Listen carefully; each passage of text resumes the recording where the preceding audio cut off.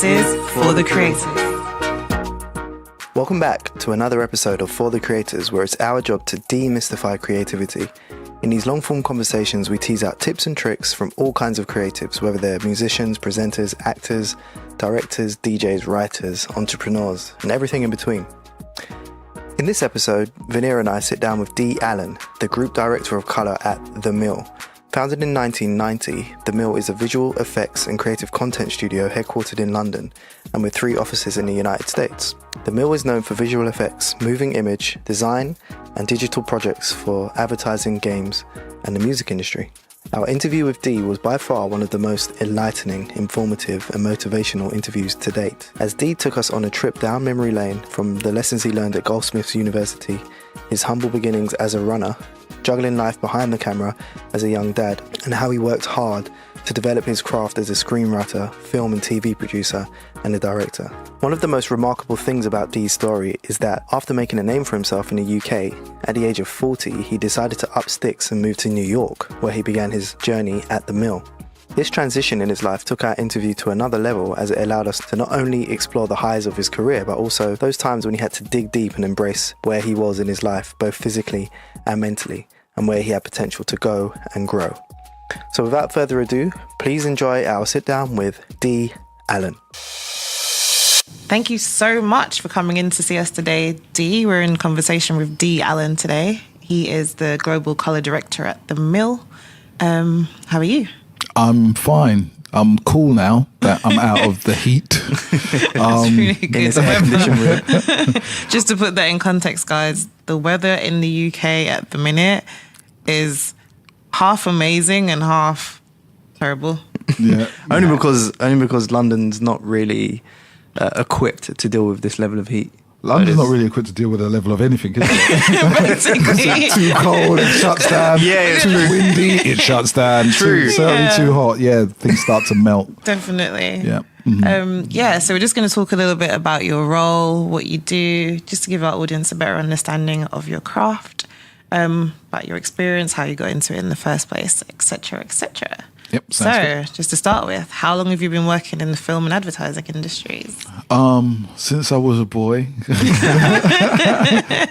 21 years old. I'm 21 years actually. Wow. 21 years, yeah. Wow. And before that I studied for about 5 years. What did you study? So I did 2 years. I'm from North London originally, Islington. So I did Arsenal boy? Yeah. I did 2 years. 2 years at Islington, sitting in Islington College, as it was termed. It's probably still called that. And then I did another 3 years, a BA course at Goldsmiths University in South East London. So I studied communications, and I majored in film and photography theory. Oh, wow. And that's, from there on, that kind of led me down the path of visual storytelling, as I call it. So you already knew that you wanted to get into film from a young age, or what made you decide to choose that at university? Pretty much. I kind of went to a school in North London, which was very much kind of centred on like arts. It's called Islington Arts and Media now, but at the time it was called George Orwell. And we were kind of fortunate enough to have good teachers whose focus was, the arts, really, whether that was music and drama and, interest in books on the curriculum. And so, that for me was probably where I kind of got my taste for performance. And, I was in the various bands and, went to college at the weekends, arts college, performance college. So I guess that's where I developed the taste for it. I just knew I just didn't want to work in an office, and I'm useless at carrying up bricks up a ladder. So, and a lot of my peers as well, good friends who are still good friends today, kind of that's what we ended up doing in some guise or fashion, It's really good. Detouring along the way. But I think by the time I'd got to a stage where I was like, right, I need to get a job that I'm going to enjoy waking up in the morning and doing, And when you're a teenager and you're trying to work life out, it's quite difficult, really. Because you've got all these pressures. You've got your parents coming from one end telling you to do stuff, and you're just trying to suss it out. But I think that book, The Buddha Suburbia, I remember reading that, and something that's always stuck with me. And it's like there's three types of people in life, and there's those who wake up from day one and know what they want to do, and those who don't ever know what they want to do and never get there. And then there are those of us who kind of work it out eventually as we go on, and you start to mature a bit. And most of us get there eventually. But I kind of had an idea quite early on that I'd wanted to work somewhere in an artistic field, if you like. And what book was that? Buddha of Suburbia. Yeah, The Buddha of Suburbia. Yeah, I'd love to check Hanif it out. Qureshi. Yeah. We'll stick it up in the description for people to check out. Definitely. So you started working at the mill in 2010? Yes, that's right. Yeah, when I left London and went to the United States of America. So which one came first? Did you get the job at the mill first, and then that's the reason why you moved to America, or did you move to America and then applied for the role? A little bit of both, actually, because I'd got to a stage here in London where I'd worked. I kind of just reached a point where I'm a Londoner, and I'd spent a number of years, all my life in London, and I'd worked with various people from all different parts of the world. I even studied with people from all different parts of the world. And I guess as you get older, wherever you are, particularly in London, it just becomes a smaller city. So when you're young, you kind of go to South London because you want to go and check out a boy or a girl, or there's always some reason why you're traveling around all the time. But the older you get and you start your family and you settle down, your whole environment starts to shrink because you become busy. You're an adult now, so you've got to go to work, you've got to go home, you've got responsibilities.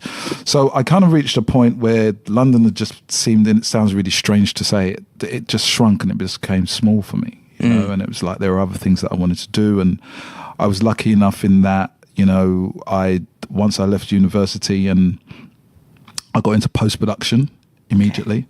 As much as I've kind of always written and directed and been part of teams. I was one of those kids at school that could do lots of different things. So I was pretty good at anything athletic, sports. I was pretty good at, academically, I was pretty good at, artistically, I was pretty good at it. I never jack of all trades. Yeah, I never really excelled in anything. So I was never the next Stephen Hawking or wherever it was. I was pretty good at most things that I applied myself to. So the danger in that is that you end up being a jack of all trades and a master of none. So I just got to, once I decided that, okay, I'm going to get into the film and TV business, I said I'm going to position myself in post-production because it will allow me the opportunity to meet different types of people. If you work, a lot of people left and they went and worked for production companies or went and worked on film sets, but the danger in that is that you're only ever going to be working, first you're going to be freelance, so you're only going to get paid when you're working, and I had a young family at the time. I had 2 sons at the time, so I had to have a day job, as it were. And you're only going to ever be exposed to people who work on that production that you're on. Okay. Whereas I kind of figured that if I work in post, I'm going to be exposed to various, different people, a load of different people. So through that, I kind of got lucky, and I was offered different positions, but I'd stayed loyal to the company that I worked for because they gave me my break, and then I ended up working. What company was that? Would you mind? It was called Blue Post Production, part of a bigger company called VTR at the time, which were one of the main. They were one of the main companies in terms of when it came to post productions in Soho, that small square mile. Yeah. And then I ended up being the producer for Channel 4 and a new Channel 4 strand that was being formed at the time, which everybody now knows as Film 4. Oh, okay. Cool. So I you could call it, happened because I'd started off as an audio assistant and I bounced around and I said, okay, I like the producing kind of thing. I want to know how to produce. And I started producing my own films and short films and working on other short films with others. And then I kind of got lucky at the time when Film 4 came about, and I just became quite instrumental in that from the kind of post-production sense. Then I ended up working for them, you know, directing promos and stuff. And so before that, was you working on, what kind of projects were you working on in post-production? Was it all sorts? Pretty much. So when I started working there, post-production is kind of cut up. You kind of got three strands. So you've got on-air broadcasting, which you kind of probably will trait to, you know, the trailers that you see before programs come on, and documentaries and film, and, you know, for TV films. So I was doing a lot of long form stuff because I had these great designs that I'm going to be a documentary maker, and I'm going to go out and do really good investigative journalism and unearth all these wonderful things that people need to know about. Didn't end up doing that at all. So I used to it was online, on-air post-production, effectively. That's what it was, you know. And then I moved over to more what you'd say, probably you could call it the more creative side of it, and got into writing and directing own promos, which was the things that I used to post-produce. Then I was part of the team that created them. So all those new Channel 4 idents and all that kind of stuff like that. So I moved over to that side because like I said, I'd studied that. That's what I'd studied. But once I discovered this thing called post-production, I was like, wow. I mean, I won a film competition when I was at university, and the prize was going to a professional post-production. I mean, I went to college and there was only one Avid, and you know, everybody used to fight over it. Then all of a sudden I'm put in this position where like people are saying, would you like a drink, sir? Calling me sir. Would you like a sandwich, sir? And I was like, yeah, I could have some of this. And I just asked them there and then, how do I get a job in this? Because it was new to me. I didn't know that this existed. Like I said, if you'd have asked me before, how do things get on the TV before I started studying it, I wouldn't really have known. And if you'd have asked me whilst I was studying, how do things get on the TV whilst I was studying it, I would have said to you, with great difficulty. And so being exposed to this world, this whole new fancy world of this is how things get on the TV was just opened the doors to me, do you know? And then you start working with professionals and people who have been doing it for years, and it just kind of demystifies the whole thing of, you know, you're just passionate about something, you know, you're thinking about, yeah, I'm going to get a job and I'm going to do it, but you don't know where it's going to lead. And then all of a sudden the door opens and, you know, it turns out that you have a job for life, you know, because you can pick and choose what strand or what field of it you want to get in. There should be no reason for you to be out of work ever again. Do you attribute that to your decision to go into post-production? Building up the network and knowing all the different facets of basically getting something onto screen? I think where I've reached in my career to date is most definitely because of that decision that I made at that stage, because it enabled me to see so many different areas of the filmmaking, how you put content, how you get content out there. Do you know, that's where I learned about, because remember my course was very theoretical. So before they even gave us a camera to take pictures with or anything to do with anything related to media, we had to study it. We had to go into books and understand. I attribute anything that I've done that I'm really proud of to the fact that I went to Goldsmiths. Is that although whilst I was going through it, I was like, I'm so out of my depth here. I thought I was going to South East London, where in New Cross, and there was going to be loads of people like me. I was going to have loads of funds, and you know what? I might be lucky enough and I'll learn things. And it so wasn't that, you know, it was something completely different. You know, first I was the only Londoner there. I was only one of 5 people of colour on the whole course. And I looked around on day one and I looked at the curriculum and I couldn't even pronounce some of the titles of the books. And I was like, I'm going to get found out here pretty quickly, do you know? But I said to myself, if I can get through this, if I can get through the first year, I'll be okay, you know, because like I said, I could turn my hand to most things, but I kind of thought to myself, you know, as long as you do something enough and long enough and repeatedly, you're probably going to end up mastering it, you know. So I thought, if I can get through the first year, then I'll kind of be okay, you know. So what Goldsmiths taught us was to have something to say, period. Doesn't matter what discipline you go into, doesn't matter what you do, just have something to say. In what context? Well, to talk about, my industry and what I do and filmmaking and telling stories, however you want to do that, even if it's a 30-second commercial. So like I work in advertising now, in the world of commercials. You got, even if you're going to sell somebody something, you got to have a story behind it, so you got to have something to say. And if you want to take it into being a filmmaker, you have to choose a subject matter or something, an area that means something to you, or even if you're an author, have something to say, and that's what Goldsmiths taught us, is that, before we're going to give you a camera, before we're going to give you any means of expression, you're going to have to formulate your voice of what it is. Really good advice. Mm-hmm. It was painful at the time, and we all moaned for a long time about it, but appreciated it once we left.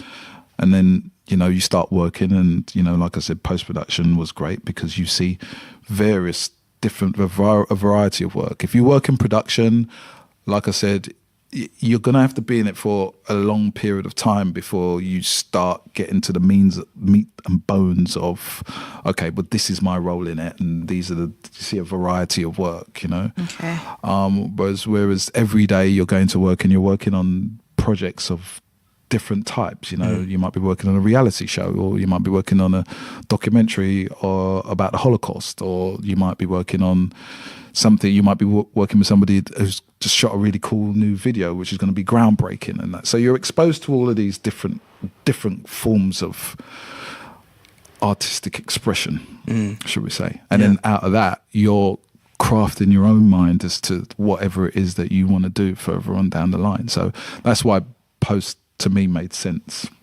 So after so when you worked for Film 4, was that through Blue, or No, was that after Blue? So it's a really weird one, and I don't want to be too analytic about it, but it kind of turned out, it was quite unique in that, they were a huge, Channel 4, obviously, it was a time when they were just making the best TV. They were buying the best shows. They had we had the advertising industry at the time. I think it was just leading up to that 2008, 2009, economic crash that we had there. Mm-hmm. So money was, and one of the first places that gets drained of money is the advertising business. That's what it does. So what we were having an influx of people working in advertising, which I'll explain the difference to, because I'm now currently working there. And they were moving over to on-air broadcasting, which is what we call. So like whether it's Channel 4 or ITV or the BBC, you have a certain amount of, you have a certain budget to produce content, that leads you want to get people to watch your shows and watch your channel. And that's what it is. So you have a whole department that is their responsibility. That's their job. And that's who we worked for. So I was working at Blue, and I was, like I said, I was their producer, so by that virtue of that, it means that anything that they would shoot, and when they went into the post-production mode, I was the one in charge of seeing that through the whole building, so it could be, they could have 7 or 8 projects running through the building during that week, and I was the producer on it. It was my job to make sure the money was spent right, and it came at the other end, and it was plugged into a machine that it would be on air that next day or whatever it was. So what you're kind of reacting to, you got deadlines to meet, and the deadlines which within 24 hours. I remember, I never forget when I was first promoted. I started off as a runner. For those listening, a runner is literally, that's what it is at the term. It's like, you just run around. It's like, how quick has this tape got to get there? Run. That's what it is. That's where it came. And you'd see people back in the good old days, even before I was in it, you'd have people who would wear T-shirts that would say runner. Yeah. And they'd just run around Soho delivering stuff and picking up food and making tea. I've done and all of that kind of stuff. So that's what I started off doing. And I remember when I first got promoted, and when you're a runner, you always feel that you need to be promoted 6 months before they promote you, you know. So by the time you get promoted, you're tired now. You've Ready threatened to leave. Yeah, of course. You've threatened to leave about 6 times, and you cursed out the next pizza you've got to get for someone who you hate and all that kind of stuff. And I'll never forget my first proper job as a producer, as it were. So I can't remember who it was for. There was a show, I think it was The Big Breakfast, and there was a show called The Big Breakfast. Yes. Chris Evans, I think, and Gabby, what's her name, was on there. Her name. And I know who you're talking about. there was basically, I think it was a music thing. I think it was a music awards that was on. It was either not the MTV Awards. I think it was like the New Musical Express Awards or something it was. But basically, I was part of a team, and my job was to make sure that everything got laid back to tape and got downstairs for the couriers by a certain time. Right. So I was like, easy. I got this. It's cool. But I didn't quite know that what producing, the part of producing is making sure that everything is organized. So even if you've got 5 producers working on something, each of you have a responsibility. Yeah. And basically all my responsibility, everybody who worked in the machine room were my friends. And it's like, as the friend would say, you'd say like, yeah, Ryan, can you get this to me by? So it's like, yeah, don't worry, D, I got it. Right. You got it. So he's got me. But I didn't know that, yeah, don't worry, D, I got you. Didn't mean that it was all going to be on time. And they call me, all it means is that they're my friend and they're telling me, yeah, I'll get it to you sometime.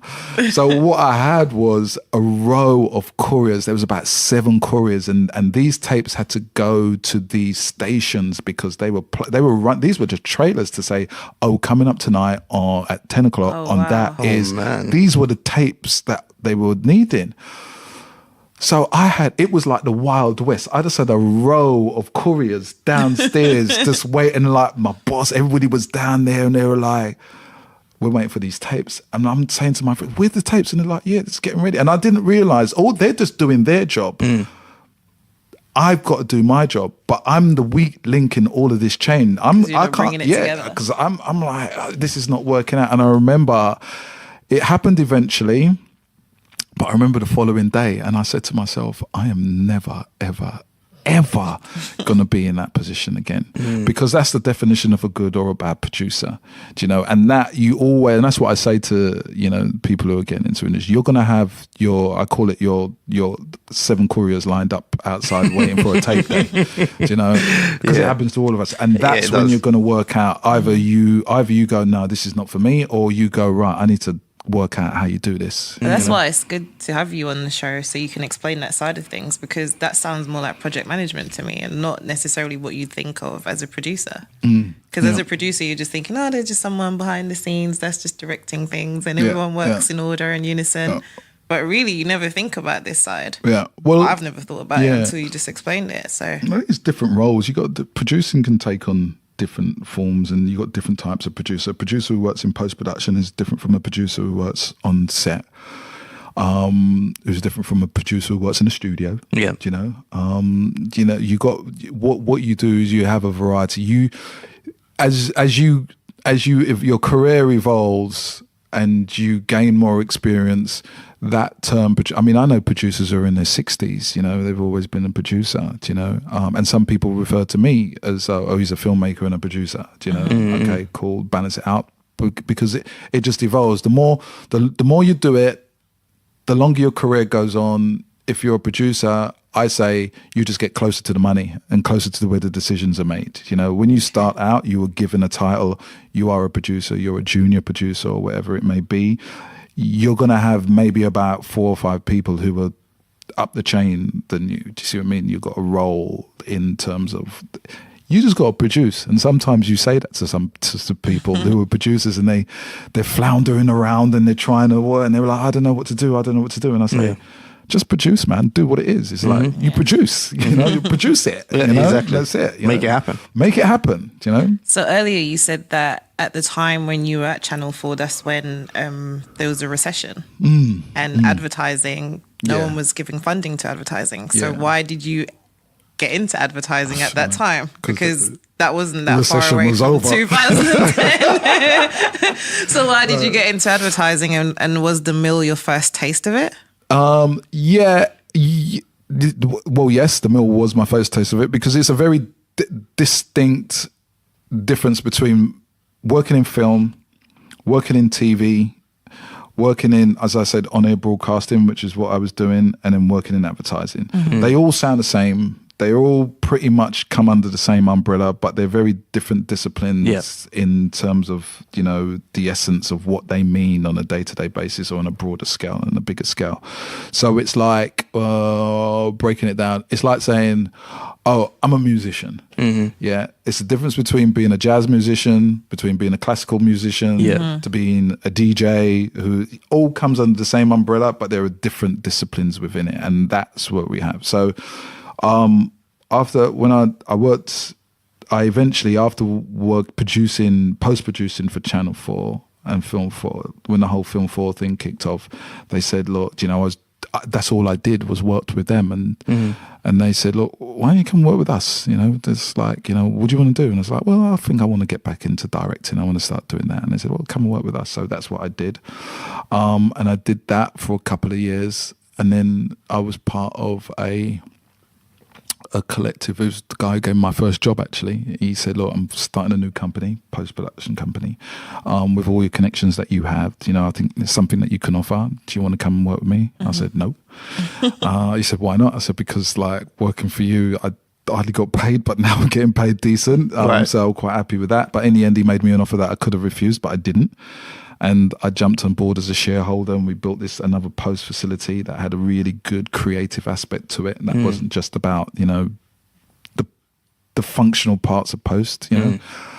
And then I did that for about 4 years. And I've always had this philosophy still to this day, is that I call it that you should always leave a party whilst you're having fun. And I was there, and it was great. It was good. It was successful. And I was a shareholder, and I got to a point I was like, well, this is really good, but where do you go from here? Right. To know when to leave. It's like, it's like I could do this for a few more years, but it would just get to a point where I'm not really learning anything. There's no progression. Do you know, I'm just got more responsibility, and then it gets to a stage where you can't actually, you can't get out because you've been doing it for so long. And then if you do get out, you're going to have to start again doing something. And I certainly didn't want to start again. I thought, you know, there's still things that I want to do, and I just want to use this as a stepping stone to be going on to do something else. So that's when I kind of thought, if I step back a little bit, and I just thought, well, London, I've kind of done everything that I really feel that I can do at that stage of my career. And there was a bit of a glass ceiling here as well. You know, there were certain things that I was trying to do. At the same time I was working, I was always been writing, and there were other things that I wanted to do, but they was just a little bit more difficult to achieve here. You know, you'd have to, you know, I always think, you know, that you don't have to give up everything to be interested in something else. You know, there are certain things that you can do, and they can run in tandem with each other. I fully agree. You know, some people, particularly over here, I found it was like, no, you got to throw your all into it. You got to give up doing this and give up doing that, and you're not serious if you want to do that. And the States, you know, the people that I knew who worked there, who were going back and forth from there, it just seemed somewhere which was a little bit more flexible, and pliable, and maybe it was something that might have worked for me where I was at that stage of my career, and that stage of my life in general. So I just made the decision that I was just going to leave the party, you know, leave the party before they start playing bad 80s music. So I was just like, right, I just went into my boss at the time. And at this time, he wasn't just my boss, you know, he was like a mentor to me. And, you know, I had a really good relationship with him. And he's like, I said to him, I think I'm going to leave. And he was like, what are you going to do? I was like, I don't know. I was just like, it was very difficult for me to get another job in that field because I was quite connected to that company. And in the Mill, I knew people at the Mill. And they always wanted me to come and work with them in London, because when I was at Channel 4, they wanted me to come and take my jobs there, but I wouldn't because we worked somewhere else in general. And then when I got back into the post and visual effects field, they were like, well, come and work with us because you've got some great connections and it'd be good. And I was like, nah, I don't know if I'm going to do that. And I said, the only way that I'd work, and he was the MD at the time, I said, the only way that I'm going to work with you is if if I work with you in one of your studios abroad. And at the time, they had New York, and I think they'd just opened up LA. And he went, well, maybe we can make that happen one day. And I didn't even think, it was just like a conversation over a drink or something like that. And then once I'd kind of made up, I'm a big believer in the universe. I'm a big believer when you put something out there, it's going to happen, you know, providing you follow the signs and stuff. And so I kind of decided I'm going to go to the States. I had family out there, you know, like my dad was married and had children out there. So I had siblings out there as well from my father and my mother's side. So I just went out there to just spend a birthday. You know, with my family. Never came back. And just came back. Just gonna get some milk. See you in a while. A long while. And where was this? This was New York. This was New York. I went there. I spent my family's, my sister and brother from Staten Island. So I went to Staten Island. And I remember, and this is exactly how it happened. It was February. My birthday was in February. And true story, I was there for 10 days, and I went there and I decided that what I was going to do, I'd only ever seen Manhattan in the nighttime, like when I'd get with my cousins and we'd just go out raving. I'd never seen the place in the day. Wow. So I decided when you're in Staten Island going to Manhattan, you have to get on the ferry and you go across on the ferry and everything like that. So I remember it was snowing and it was cold. It was a cold winter. And I was getting up every morning and I was getting on the ferry maybe at about 7:30 and I was going into Manhattan. And just spending the day there, I'll just go to bookshops and then go and get coffee and then go to another bookshop and just hang out and stuff. And just think about what I wanted to do with my life. And I remember it was like a Wednesday or Thursday and my sister came into the room and she went, "Are you okay?" Yeah. And she went, "Are you in trouble?" I'm like, what have you done? I know. Well, why are you asking me that? She went, "Why are you waking up every morning and going into Manhattan? And is there anything that you want to talk about?" I was like, "Nah." I said, I was just seeing what it's like to live here. Right, yeah. And do the routine of it, yeah. You know, rather than just going to New York and buying trainers, I was just like, let me just see what it would be like to live here. And then I remember it was my birthday, and it was like all your birthdays are like all the 30s, 20s a milestone, 30s a milestone, 40, 50, they're all milestones. I remember it was like my 40th birthday. I was coming to my 40th birthday. And I remember walking across, like, I think it was Broadway, and literally, this is going to sound cheesy, but it's true. I don't know if I've told my friend Helen, who's here, is that I remember I got there and I was thinking about my life, you know, 40 milestone, what am I going to do? Which one am I going to go? And I remember looking up Broadway, and it was almost like looking down Broadway, and I saw everything that I'd done.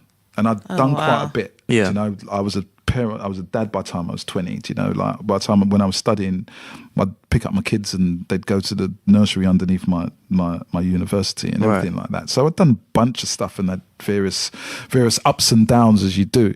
So I kind of looked back and I saw my whole life that I'd kind of done there, and I was like, boy, I'm old, man. I'm finished. Washed up. Nowhere to go. Could have been a contender. All of those things was going through my mind, and I was like, oh no, what next? And then I looked there, and I was looking up into Harlem. So I was downtown in Manhattan. Right. Yeah. And I was looking all the way, and I was just like, I saw this road that was just infinite. And interestingly enough, one of the first things that I did when I got to New York was watch this documentary called New York by I was just about to ask if you were listening to Jay-Z and Alicia Keys at the time. No. A friend of mine said I hadn't even heard that album until I actually got there. I think this is whatever not.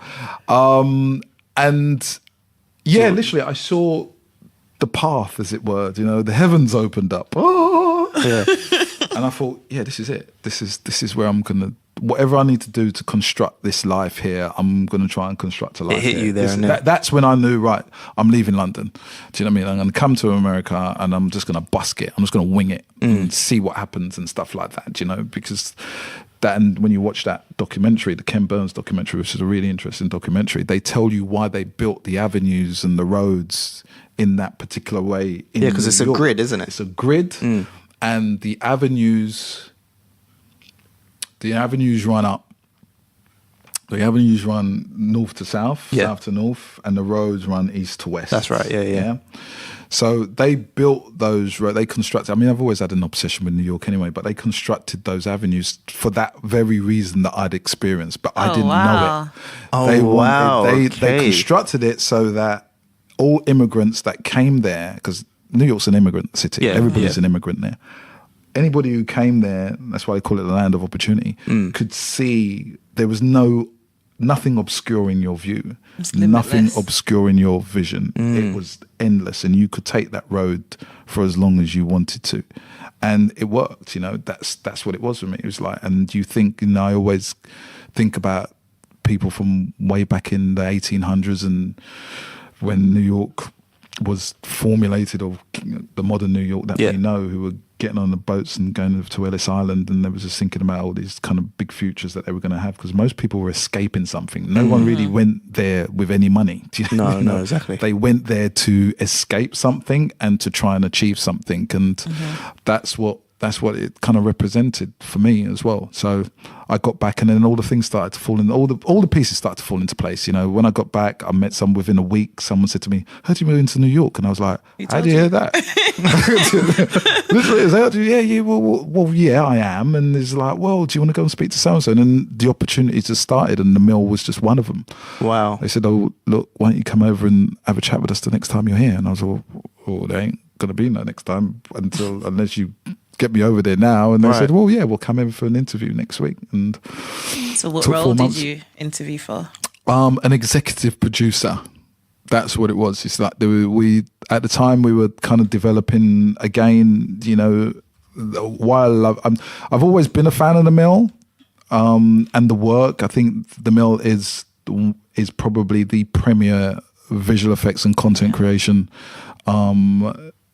company in terms of advertising in the world, full stop. You know, its history is just, it's got a 28-year history. I mean, just how it was formed is just interesting enough. It was formed by a man called James Morris, whose son and daughter are really good friends of mine now, and Robin Shenfield, who is the current CEO, and the chief creative officer, Pat Joseph at the time, who James was really good friends. One of his best friends was the manager of U2, still is the manager of U2, the band U2.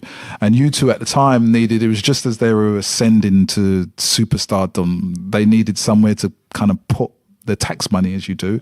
So they decided James had a company in Ireland called Windmill Studios, and they decided to extend that into the UK.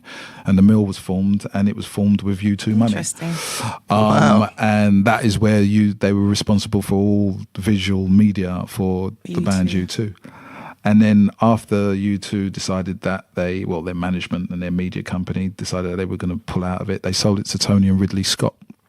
Okay. And then that small movie called Gladiator. Yeah. That's when the mill became the first visual effects company to win an Oscar. You know? Wow. And that's when the legacy was started, really. So they've always had, you know, Ridley and Tony Scott, everybody knows their movie making credentials, but they started off in advertising. So they understood advertising. They understood what the needs were in advertising. And so the mill became this company that was very innovative, you know, from the technical side of things. I mean, everybody looked up to the mill, you know, everybody does still now. Yeah. And I'd say probably 70 to 80% of the visual effects companies that are in the UK, virtually everybody at some stage worked at the mill. You know, they're all formed by people who worked at the mill in some way, shape or fashion. To this day, there are people opening up companies who used to work at the mill. So I when they were talking to me, I had a couple of people talking to me and offering me positions, little startups.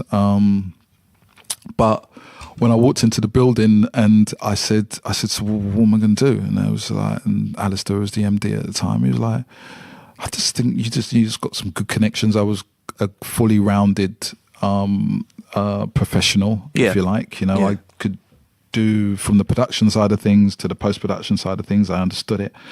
And he said, like, well, you know, we're creating like so many different divisions of what we do. We're not just doing visual effects. We're going to eventually be doing content creation, which like we do quite successfully now. But we've got this kind of area which we're trying to work out how we've got some talented colorists, but we're just trying to work out and grow that side of what we do, do you know? And that's in the color grading division. And I understood it because, you know, that was part of the process. You know, obviously if you're a filmmaker, you kind of understand what it is. And when I say filmmaker, I taught you shoot content, you know, so whether that's a 2-hour film or a 30-second commercial is still filmmaking, in whichever way you look at it. So I understood it. I knew about it, and I had technical knowledge of the process and everything like that. Was never a colorist, but I got it. I knew it, and it's, you know, we were mentioning earlier the role of the cinematographer, and it's the closest thing that there is to it's the next step from the production step, basically. Right. Can you explain for our audience what color grading is?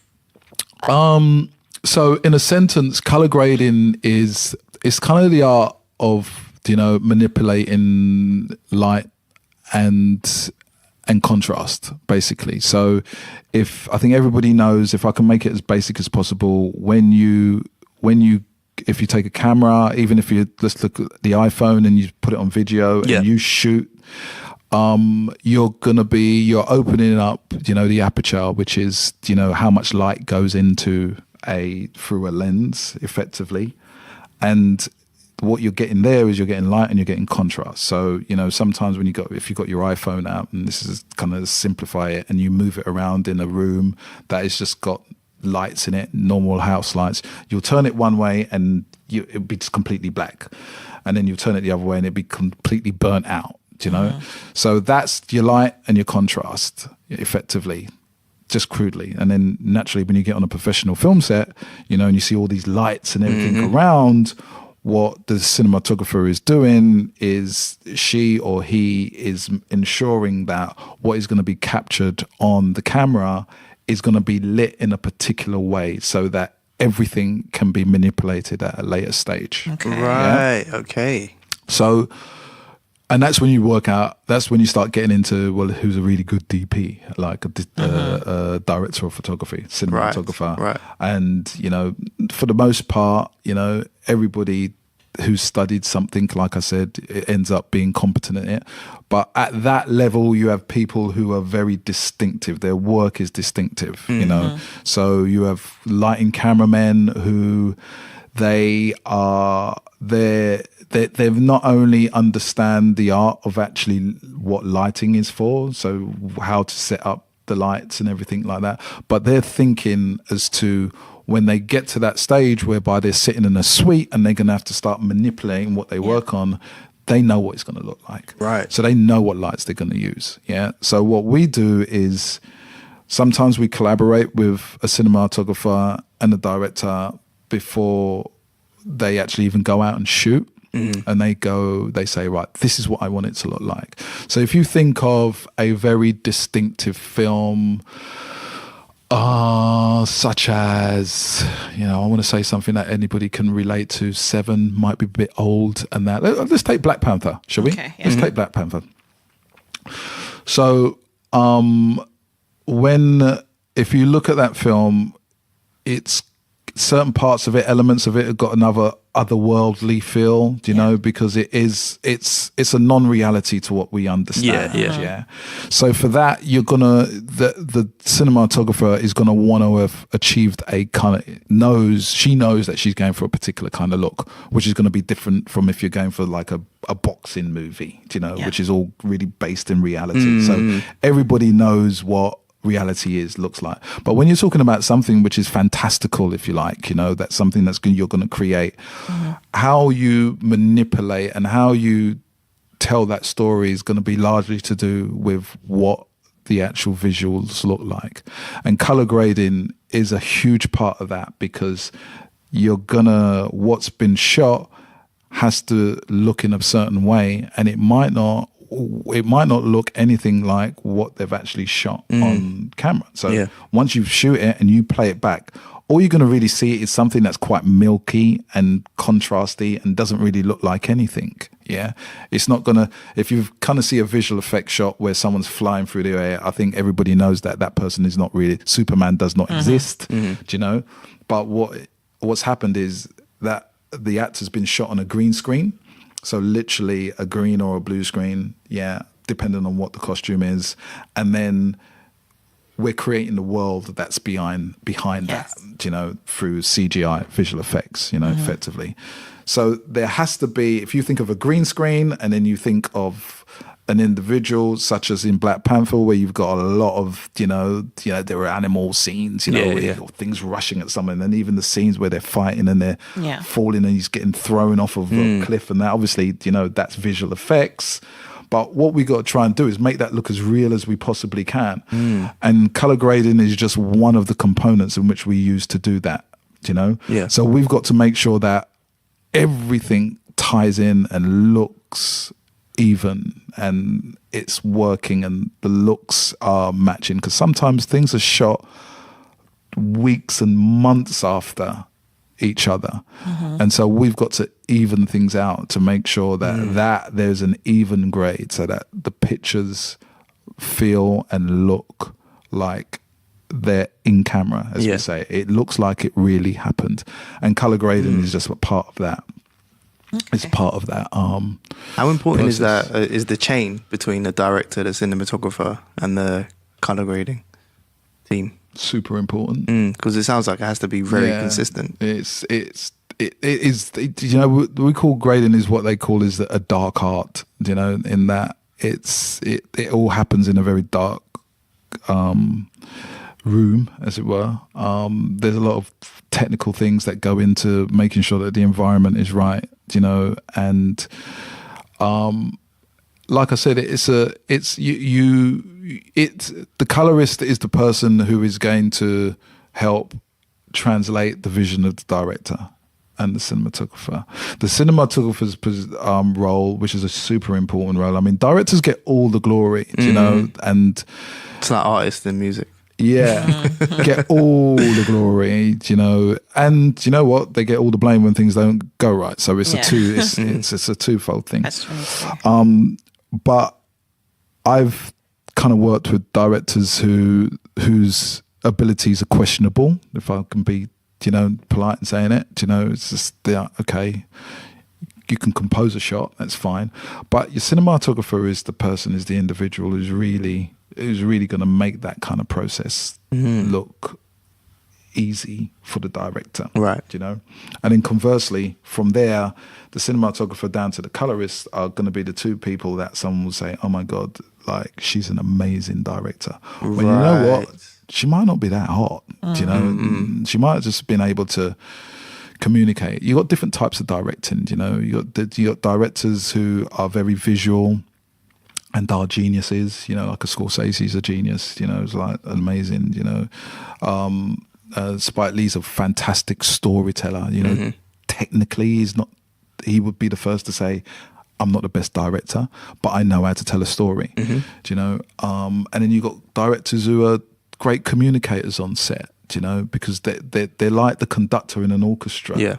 You know, is like I love working with actors. I love working with performers, and you know, if I'm sat behind a camera, I know that I want to make sure that my DP knows how to translate my vision, and conversely, my colorist will kind of get what it is that I'm after, because I'm just interested in the performance, you know. You have an understanding of it, and that's where the colorist and the cinematographer, that's when they come into their own, is that they're unsung heroes, Yeah. effectively, you know. So outside of how it looks, do you also play a role in making sure it conveys the right emotion? So the colors that are used, and also when it conveys that emotion, do you sometimes find that you have to be aware of how different cultures perceive color? That's a really good question, that. Yes, it does convey emotion. The process does 100% convey emotion. Different cultures perceive it. It's really interesting because you know, I work with a particular colorist. His name's Fergus McCall. He's been doing it for like 25, nearly 30 years. He was one of the first modern day digital colorists, as it was, because before that everything was done in a kind of like laboratory sense, you know. and you know, he's come across projects, and I think he will say that it's only in the most recent, maybe 10 years, that he says that people can actually light for African American or black skin, if you like, you know, black and brown skins. Because before, people, you know, okay, so when you know everybody's been to a photo booth, and you sit in a photo booth and you make yourself look as nice as you possibly can, and if you're off color, you take a picture and you just come out black regardless. You know, it's worse if it's black and white, you know, because in general, people just don't know how to light for skin color that is, you know, different shades, and you know, unless it's been a long time, the process has really been long, and it's only now that you've got more obviously female DOPs and DOPs from, you know, ethnic backgrounds who can appreciate what it's like and have seen projects that on screen which they go, the lighting is really terrible. Do you know, when a character, like when an Asian character walks on set or anything like that, because they've lit that for a Caucasian person. That whole set's been lit for it, do you know?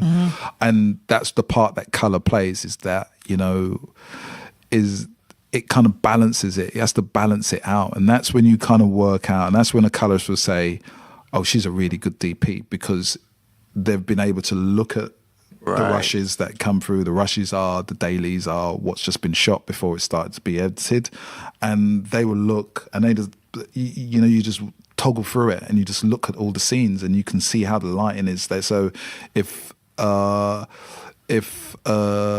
Caucasian character walks into the same scene that two black characters are already in, you can't light for one and then light for the other two. Yeah. You know, you have to make sure the lighting is right, that it's going to work for everybody who's walked into that scene. And so that's a sign of a good cinematographer. But if it's not quite right, that's when your colorist really comes into their own, because they've got to now start to zoom in and create windows and create shapes that are going to allow them to manipulate the light so that the scene is even, you know? Yeah. Wow. So I've seen, you know, people have come in and they've said, oh, we need a little bit of love on this, you know, and it's like, okay, what does that mean exactly? And then you kind of put it up, you rack it up and you look at it and you go, okay, I see what you mean with that. And that's what the colorist does, you know. It's like, it's very rare. It's very rare that with a team that I work with, and I'm lucky enough to work with probably some of the best colorists in the advertising business just in the world, full stop. And I don't just say that to be dramatic about it. There's not many of us who do what we do anyway. And then when you start bringing it down to, you know, to specific disciplines, there's even less who do what we do, and they are some of the best in the world. And it's been very rare that I've walked into a room with one of the guys and sat down and said, what are we doing today? And they'll turn around and go to me, I can't do anything here. This is impossible to fix. Right. They've said other things which kind of pertain to they might as well go home now, because this is no. If we were in an operating theatre, it would be like flatline. Right. But it's very, very rare that we're in that position. So I mean, you know, it's like I say, it's a dark art, and you got nothing but admiration for somebody who can, you know, work to an extent that something which you think is supposed to look like that ends up looking like something completely different, based on the skills that they've kind of produced in telling a story and helping to tell a story. So, yeah. So what would you say is the main difference between viewing something on screen and viewing something in real life, just to try and paint the picture for our audience? Because I know we're sitting in this room now, everything looks well lit to us visually, but then what would you say is a major difference when you're looking at something in real life compared to on screen? Well, it's dimensional, isn't it? So, you know, effectively, you know, when you're looking at something on screen, unless you're watching it in 3D, it's two-dimensional, you know, so everything is flat, you know, effectively. So when we're looking at things in real life, you know, what your eyes do is it's a good question is, why have you got two eyes? Do you know? people go, oh, why have you got two eyes? Well, you get Never two thought of different. that. Yeah, well, you got, because if I put my hand over you put your hand over one eye. We're all doing it, by the way. If you put your hand over one eye, you have one view. And then if you take your hand off and you put it over the other eye, you have a different view. That's right. So we have two eyes to give us two different views. And then what is happening that we don't know is that we see everything upside down anyway, do you know? And then your brain flips. That's right, yeah. Yeah. And then whilst it's doing that makes process. me feel weird, by the way. What it does is whilst one eye is giving you one view and the other eye is giving you another view, and it's flipping it all around, what it's doing is combining it, because everything is got different shades in it, do you know? And your brain is kind of evening everything out. So our brain is effectively our colorist. Your brain does all of that. It does that. So when you think about somebody who is, say, for instance, colorblind, do you know, and how do they get through life in the same way that somebody who isn't colorblind? Is that they make the subtle adjustments that they need to make in order for them to distinguish what we might see as green and they might see as blue. Sure. Do you see what I mean? Do you know? But they can still identify it in the same way that blue is to the rest of us. Yeah, yeah. Do you see what I mean? But they don't see it as that. They see it as green. So what we look at in reality, is kind of shaped based on how we tend to view it. So things can look closer or further away depending on how you look at it. Do you know, like when I was a kid, I used to lay down. I used to do this. Yeah. Because it gives me a different view. So when you're watching something on screen, what you're trying to do, what we are attempting to do, particularly when you start talking about visual effects, is part of what I do as well. Do you know, is you're trying to create a reality. It's a false reality, basically. Do you know, in whether it's through color or whether it's through what you're visually seeing. Do you know, so. Your reality, what you see, we're trying to just replicate what you would see if you were just looking at it through the naked eye, really and truthfully, you know, and color is part of that. Oh, so on the smaller screen, there's a more distant view. If the television screen's smaller, so even like on my computer, for example. So now that people are watching more and more Netflix and things like that, does that affect the way that you color grade? Being conscious of the fact that we're watching it on smaller screens as opposed to going to the cinema. So is there a big difference, for example, watching something on TV compared to the work that you do for a film that'll be showed in cinema? Yeah, there is, and we argue about this. Well, we discuss it a lot, you know, because whereas before, for approval, if you're working with, so when we say clients, it's usually advertising agencies for the most part. And they always have to approve something. And previously, what they would be approving it on is that you're making something for the small screen. Effectively, you're making adverts that are going to be run on the small screen. In certain respects, they might be run on the big screen, but you're actually working on them and grading them for the small screen.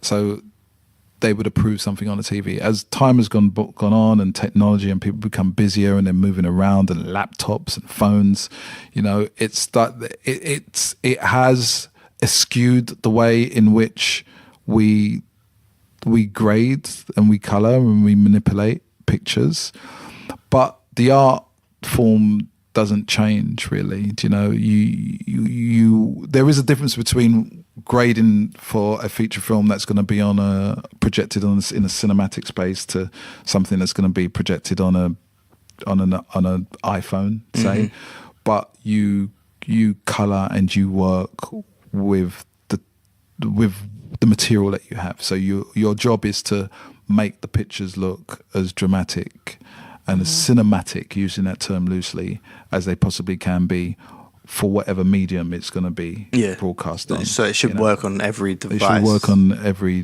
device. That's similar to music, mastering. Yeah, this is very, very similar to mixing and mastering. Because, we were speaking about that yesterday. I was trying to break down what mastering is.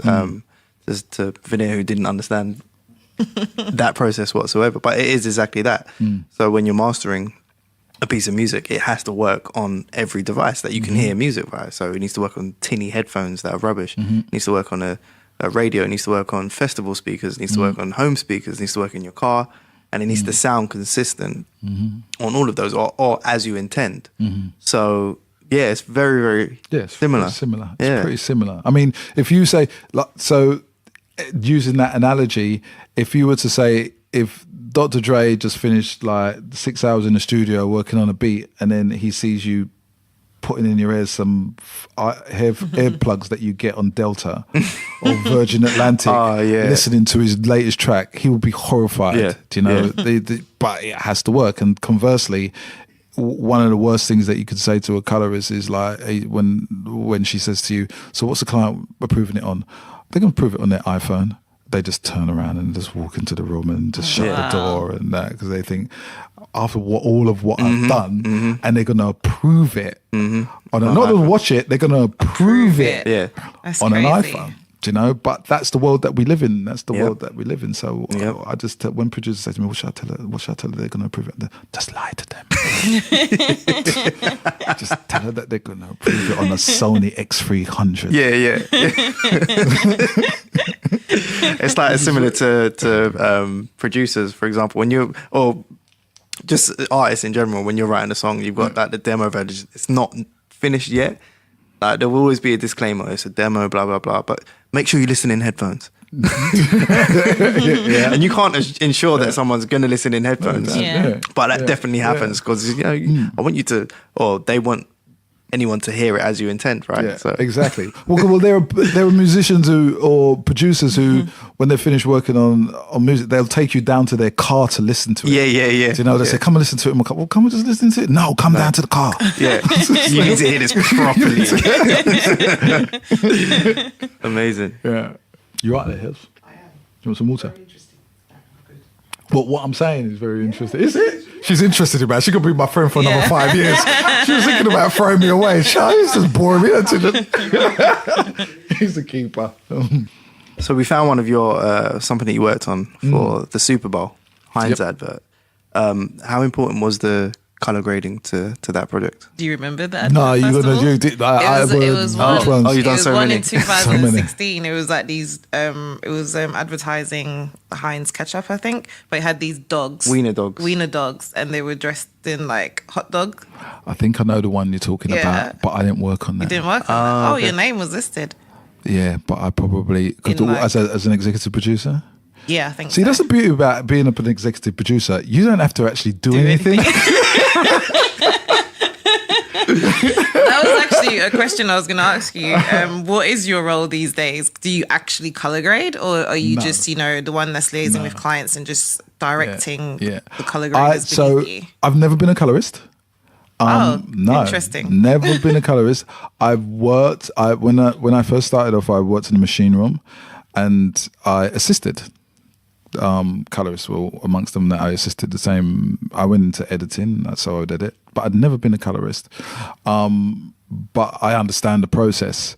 So as a producer, when I became an executive producer for color, my role effectively was managing the team of colorists and being part of working out the workflow, the new workflow that we were moving into, which was the digital workflow. Because before that, it was film, and then once we've finished working out, okay, how are we going to make this digital thing work?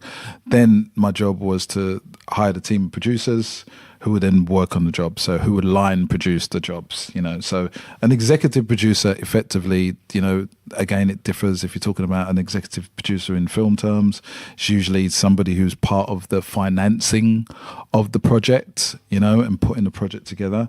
In regards to post, we are an executive producer is the person who's responsible for that team in that discipline and putting the production, the producers together. So that was my role. Is like it's more of like a managerial role, and then your engagement with clients, and so that's what my role was. Okay. And for the most part, when it comes to certain projects, I know the project you're talking about.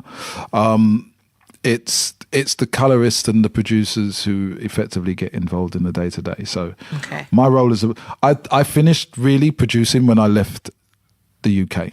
That's when, I moved into an executive position. That's in which by it's more about the bigger picture, the broadest aspects of the business, and that's what it was. And effectively, rather than the day-to-day, the day-to-day. I was gonna ask. So going from London to New York, and leaving producer behind and going to the more of an overseeing exec role. What parts of yourself did New York bring out of you? What parts? What parts of yourself that weren't being utilized in London? Untapped. What parts were untapped that were then tapped in New York? That's a really good question, actually.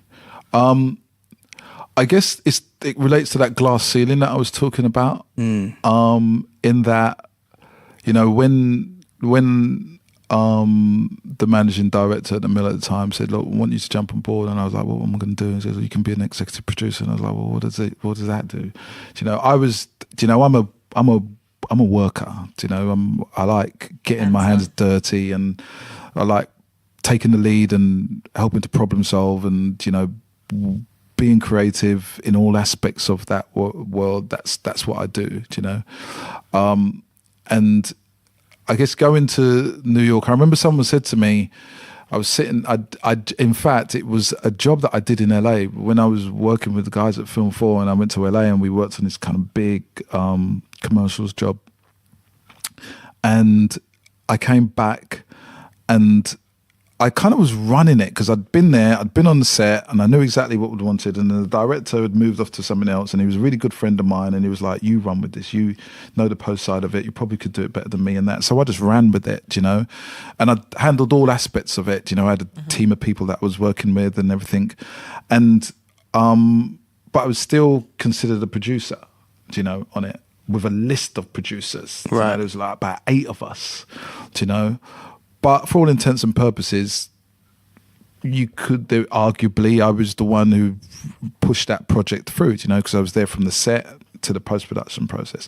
I think going to the States, someone said to me that, like, "You're going to kill it over there because you just know your stuff," you know, and I was like, "Okay, we'll see how it goes." And I think there was more of an appreciation for what it was that I did, what my experience was, you know, and of course by then I'd had a list of, you know, projects that I'd worked on and in different guises and that. But that's why I could walk into an executive position. I mean, the United States of America are very big on titles, you know. It's just like, you know, there's an infinite amount of people who really, some of them don't really do much, but they got great titles, you know. And you're judged by your title. You know, one of the first things they say, "So what do you do? What's your title?" Yeah. You know? And then if you say, "Well, you know, I'm an executive producer," then people immediately think that, Not calling you sir. Yeah, something like that. But yeah, there's an expectation that you have knowledge and you have a skill set, and you know you're experienced, and you know you are one of the key components in any given situation. Right. And I think that's you know, it took me about 12 months, you know. Again, it was like when I reminded of when I went to Goldsmiths and I kind of walked in and I was like, I'm way out of my depth here. When I rocked up in New York, I had confidence, as you do. I thought, you know, and like I said, I'm a believer in the universe, and I was like, I believed I was gonna make it work. But I remember my first 2 weeks there, I was like, "Dude, you're gonna get found out," and it's just about when. Yeah. Because there were some people. I mean, I remember. What do they call that? Imposter syndrome or something like that? Yeah, Most it's people just get like you Faking just got it till you because make as it. much as I mean, I wasn't 21, 22. I've been doing it for a while. Yeah. But I was completely in, and I had no expectations. I didn't walk in there thinking, right, yeah, I'm going to smash it or anything like that. But you know, your reality of, I think I always feel that you should put yourself in a position of being uncomfortable. Yes. Yeah, but it's what you said before about breaking. So you'd reached a glass ceiling. Yeah. But if you're going to break through it, there has to be an element of Yeah, pain because exactly. you're going through That's glass. it. Yeah, so exactly. what would you say was the most painful part of that transition for you? Well, Or what did you find the most difficult with all your experience? Well, I had a couple of things going on. I think any kind of relocation, no matter what you do, and you're picking up and you're moving country, is difficult. I mean, they say that one of the most stressful things is moving house, you know, let alone moving country and, you know, leaving your loved ones and going out onto this new world. And I mean, New York's very unique I don't think there's anywhere like it. No. Really. Do you know? I can't. I mean, London's a fantastic city, and it's great, and it's unique, and it's. But New York's just got this kind of whole different thing going on. Do you know? And it's kind of like a Ferris wheel or a carousel that just goes round and round and round, doesn't stop. You just got to find out where you're getting on it, and it's going to move whether you're standing up straight or holding on to anything. So I just very good analogy. Yeah, I think that there were a number of things. I had some personal stuff going on as well at the time, so I had to kind of make those adjustments and come to some equation in my head. I was in a very responsible position. There were people there was a company who had invested a lot in me, getting me over there and, you know, just putting me up and, you know, so it wasn't like I'd just filled out an application and someone gave me a job. There was a lot more to it than that, you know? So there was a certain degree of pressure on me to succeed. I'd put that pressure on myself, and I mean, no one felt it more than me, and no one applied more pressure on themselves more than me. It's just like, I got to make this work. I mean, my friend Helen knows, she knew me through that period of time, and it's with that support of those people around you, you know, because your friends always say, "Oh, you'll be fine, and you hang up, I'm gonna be fine," then you hang up the phone, and no one's talking in your ear, okay, you'll be fine. Why is they talking? We do it. Then you hang up the phone, and you go and you eat pot noodles, and you sit in the corner, and you're like, oh my God, what have I done? So everything was kind of hard. I think the adjustment to as much as I had family out there as well, you know, again, you're still on your own. You got to wake up, and because they don't quite. My family, you know, I've got a very traditional Caribbean upbringing where success was to work in a bank or anything that meant you wore a suit. That was success. You were color coordinated and your trousers didn't have holes in it, which are all things that I do not aspire to. You know, so it wasn't like I could go home or go around to my family's house and go, this client or these guys were giving me really hard and like this budget, and I don't know how to work this budget, and you know, I don't know what the process is going to be, what the workflow is going to be, and you know, because they just look at me and like, you want some tea? Because a cup of tea is going to solve it. So you got to kind of work out all of these things in your head, and I think I think it was a good 12 months, and I never forget. And I'll tell this story that I kind of arrived in New York on a Saturday. I had Sunday off, and I started work on the Monday, and then on the Tuesday was one of the biggest parties that the advertising industry have, which is held at my company. Wow! That was on a Wednesday, and then on the following day, which is the Thursday, is a gala that they have at the MoMA, which is the Museum of Moving Is it modern? Moving Art. Modern Art. Sorry, Museum of Modern Art. And that was all happening in a week. And again, you know, first week. Yeah, first week. Imagine. And I'd moved there in July, roughly April, May, June, and it was like a hot summer.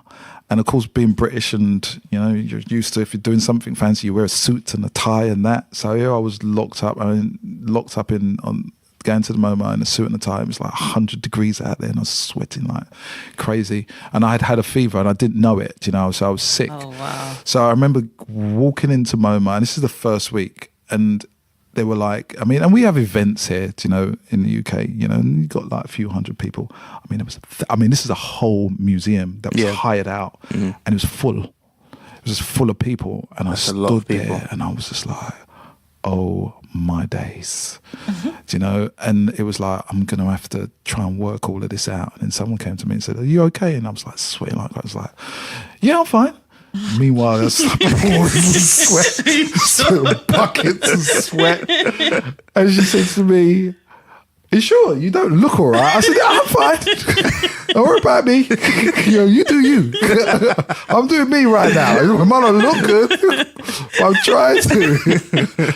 And so she said, are you new here? I said, yeah, I just arrived and blah, blah, blah. And I said, this it's a little bit overwhelming. I said, there's a lot of people here, and do all these people work in advertising? She went, yeah. And I said, whoa, I don't know if I'm going to be able to master this. And she said, don't worry about it. Like, you'll be fine. She said, like, you seem like you can navigate a crowd, and you know what you're talking about. If they've got you over there, you must know what you're doing. Exactly. She said, in a few years' time, I'm probably going to be standing in line to talk to you. Fast forward to a few years' time, and that woman that I'm speaking to is now my wife. Wow. And maybe about That's 3 years ago, I crazy. think we went to the same gala, and she got there before me, and then we said, like, okay, well, I'll meet you upstairs, and there's like 100 people, and I could see her, and I kept on going, I'll be 2 minutes, speaking to somebody else, Yeah. and I'll be 2 minutes, and then by the time she got to me, she goes, do you remember like 5 years ago or something like that when I said to you, don't worry, like, I'm going to be standing in line to talk to you? I said, yeah. She goes, I was just standing in line to talk to you. That is amazing. That's So and that was crazy. it. Story. And that Talk about going full circle. Yeah. that's the whole path to, you know, whatever degree of success you want to say. I measure success in a completely different way. For me, I'm just doing my job. You've got to, it's sink or swim. If I walked into that room and then 3 years later I still feel in the same way, I wouldn't have had a job, basically. And so it was like, I'm gonna have to crack this somehow, and it's hard work. That's what it is. It's Ironically, a I lot of was hard going to work. ask you the question, what is the key to success in film and advertising? Hard work. Hard work. They say that hard work takes over when talent doesn't show up. That's what happens. And I'm still quite sporty, and I always there's various things that I do. But in New York, I haven't done it as much as I used to be able to do just through time. I used to do jiu-jitsu, and the professor there would say to us, whenever you're going through any problems, no matter what it is, if you're training and it's just not working, or if you're going to work and it's not working, in your relationship and it's not working, or whatever it may be, just work harder and it fixes it all. Always fixes it all. So it doesn't matter what you're doing. The tendency is to, if something isn't working, is to give up. Yeah. That's the tendency, but it doesn't fix it, because it gives you momentary relief, because you haven't got to go through the pain of trying to make it the success. Everybody's bad at something before they become good at it. The best pianist is not great when she starts out, because she sounds terrible. But what's going to make her great is the hard work of it. The best mathematicians start off trying to work out a theory for something, but what makes them get there and be the best mathematician is the hard work. If your marriage isn't working or your relationship is not working, like, the easiest thing to do is to walk away from it and then regret it. But if you work at it, it gets through it. So, and it's anything that you're going to be successful at. And I always say that, that thing, success is, how do you measure success? I think it's down to the individual, how you want to measure your success, But if you're going to be successful at it, you're going to have to work hard at it. There's no elevator. There's no lift that's going to take you up to the top, to be successful and to learn something. You've got to take the stairs. That's it. You have to walk there.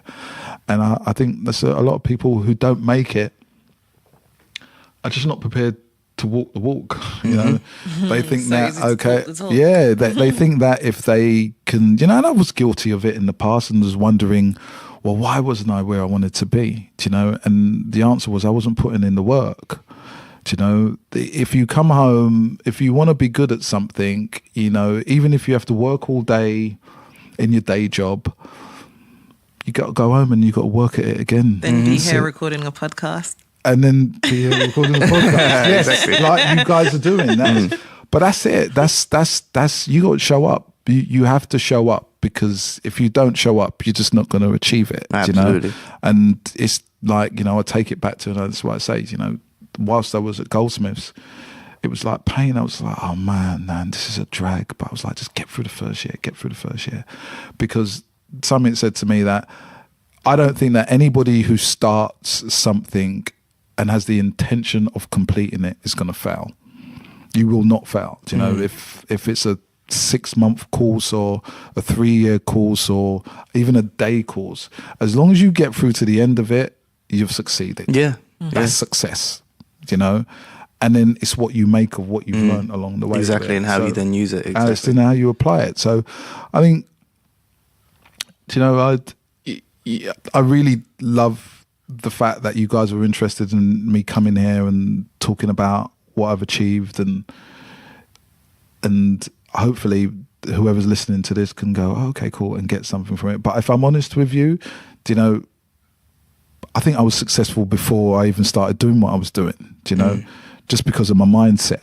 You know, because if you grow up in a challenging environment, you know, you got to try and find a way to get out of that, you know, and not a lot of people do find that way to get out of it. So to actually get out, you don't know it at the time, and I only can say that now because, you know, I'm so far down the road in it, and I think that puts you on the path to achievement. You know, being able to make those decisions really early on and build up this kind of strength of character, because that's all it comes down to is character. We all have the ability to become a colorist, you know, or to become a musician, to become an artist, you know, to become a doctor, to become. We all start from the same point. Do you know what distinguishes or what's going to separate you from the next person is your character, you know, and your application. And if you apply yourself to certain things, then you can achieve it. And it's whatever you decide that you want to apply yourself to. It's just that a lot, it's very few people, believe it or not, who actually apply themselves. You know, whether it's circumstantial or they don't have the strength of character. At some point they fall out of the race, you know. But, you know, I can't remember what it is that I read, but it's a great comment. I read all the time, just so that I can be inspired, so that, you know, if my friends aren't on the other end of the line to tell me that I'm great, I can find something. You have that voice in your head. You have that something. You have to be your own coach. And I think the term is, when you reach the top, whatever that may be, there is so much more room up there than if you're at the bottom. Because there's so many people at the bottom trying to reach the top, trying to fight amongst themselves and then they give up and then you're just amongst everything. But once you've reached whatever your top is, you get there and you go, wow, there's room for so much more people. If only they'd stick at it, because there's plenty of room here. There's plenty of room for all of us to kind of strive and achieve. Well, I guess that's why it's 1%, right? That's why it's 1%. You know? But it doesn't have to be. It doesn't have to be. It's just, you know, that's what, and I guess that's part of what, you know, if you've been doing, you know, for the length of time that I've been working in the industry now, you know, I've kind of now I hate that term giving. I think I said that to you yesterday. I hate the term giving something back, because I think every day you should give something every day, no matter as small as it may be. Do you know?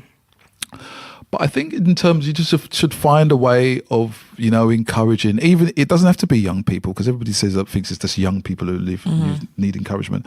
I've sat in a room, whether it be in an interviewing somebody or just talking to them about that, with people who have been doing this for a lot longer than me, but for some reason have found themselves out of work, or the work that they are doing, they're not getting the response that they want, you know, or the recognition that they feel. And some of these people have been awarded, you know, accolades and, you know, beyond that, but they still feel a sense of insecurity, or they've just kind of hit a roadblock. And they need encouragement, you know. They need to be told and guided and everything like that. So I think that's an important element of, you know, for me, that's important for what I do today, because, you know, my shoulders are broad enough, and I think I've got enough support, and, you know, my determination is such that, you know, I can dig myself out of a hole. But not everybody can do that, you know. Not everybody has the ability. And what I do now, my title now is I've got to get this right. The group colour director, as opposed to the group director of colour, because that relates to something else completely different. But my responsibility is across all of our studios now, you know, in not just in terms of from a creative aspects now, but in terms of which way our business is going and being part of the infrastructure and the leadership team as to how we're going to, you know, where we're going to develop, in what areas we're going to develop, in what cities and what regions that we possibly can, you know. So I have a bigger role to play in that sense now. Ain't far from that sweaty guy in the the museum. yes. I'm not longer that sweaty, fever-ridden young man in the museum.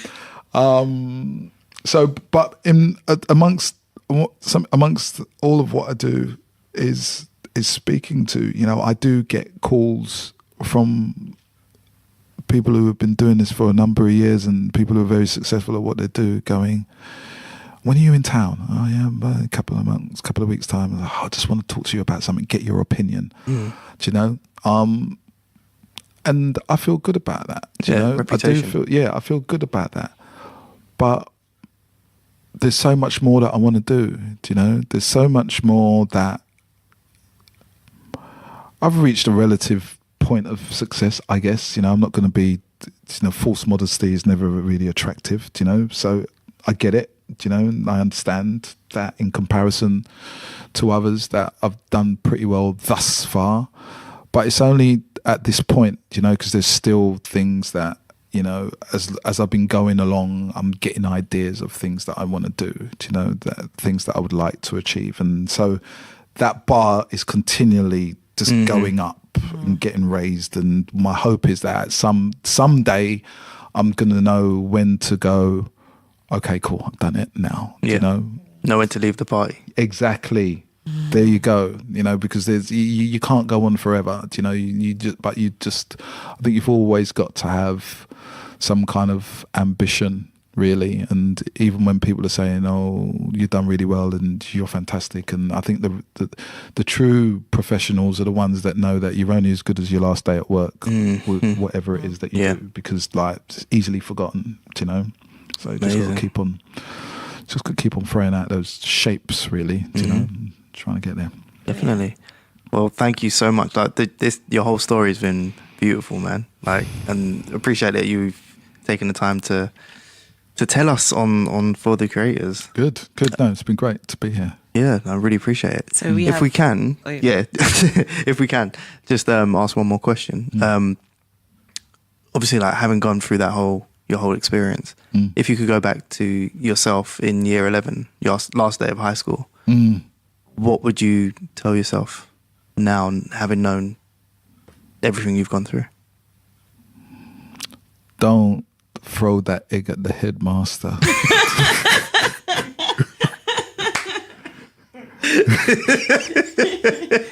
No, it's so funny because you and Nene just blew our mind with your responses to this question.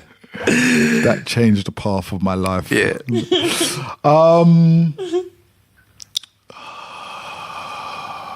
Another good question.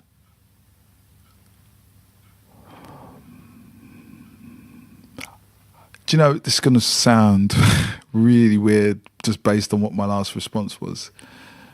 I probably would have said to myself, you need to work a little bit harder. Yeah. That's what I probably would have said. I would have said, yeah, okay, cool, but you need to work a little bit harder. You know, could do better. Yeah. That's probably what I would have said to myself, in all honesty. Yeah. I think about it. I relate.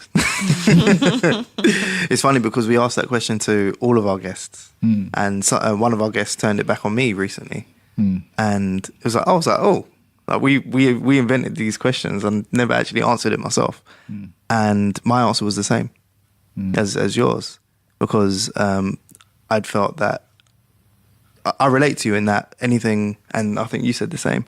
Anything you put your mind to, you're generally quite good at.